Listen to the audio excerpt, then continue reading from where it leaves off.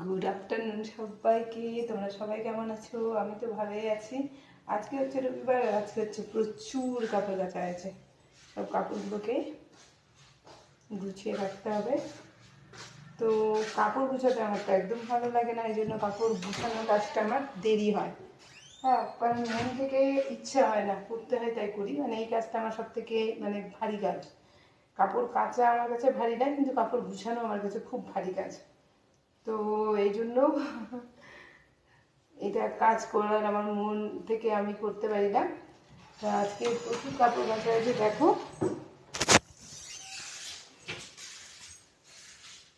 এই যে প্রচুর কাপড় জমে আছে, সব কাপড়গুলোকে গুছাতে হবে। আর কাপড়গুলো এই যে এই বিছানাতেও কিছু কাপড় আছে, দেখো। তো এই কাপড়গুলোকে সব গুছগাছ করতে হবে। আর আজকে না,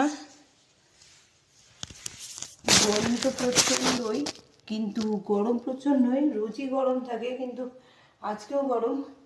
এই জন্য গরমের জন্য না আমার রিল বানানোর কি বলবো, বানানো খুব মুশকিল হচ্ছে। কারণ এই গরমে এত ঘেমে স্নান হয়ে যাচ্ছে, কিছু করাও যাচ্ছে না।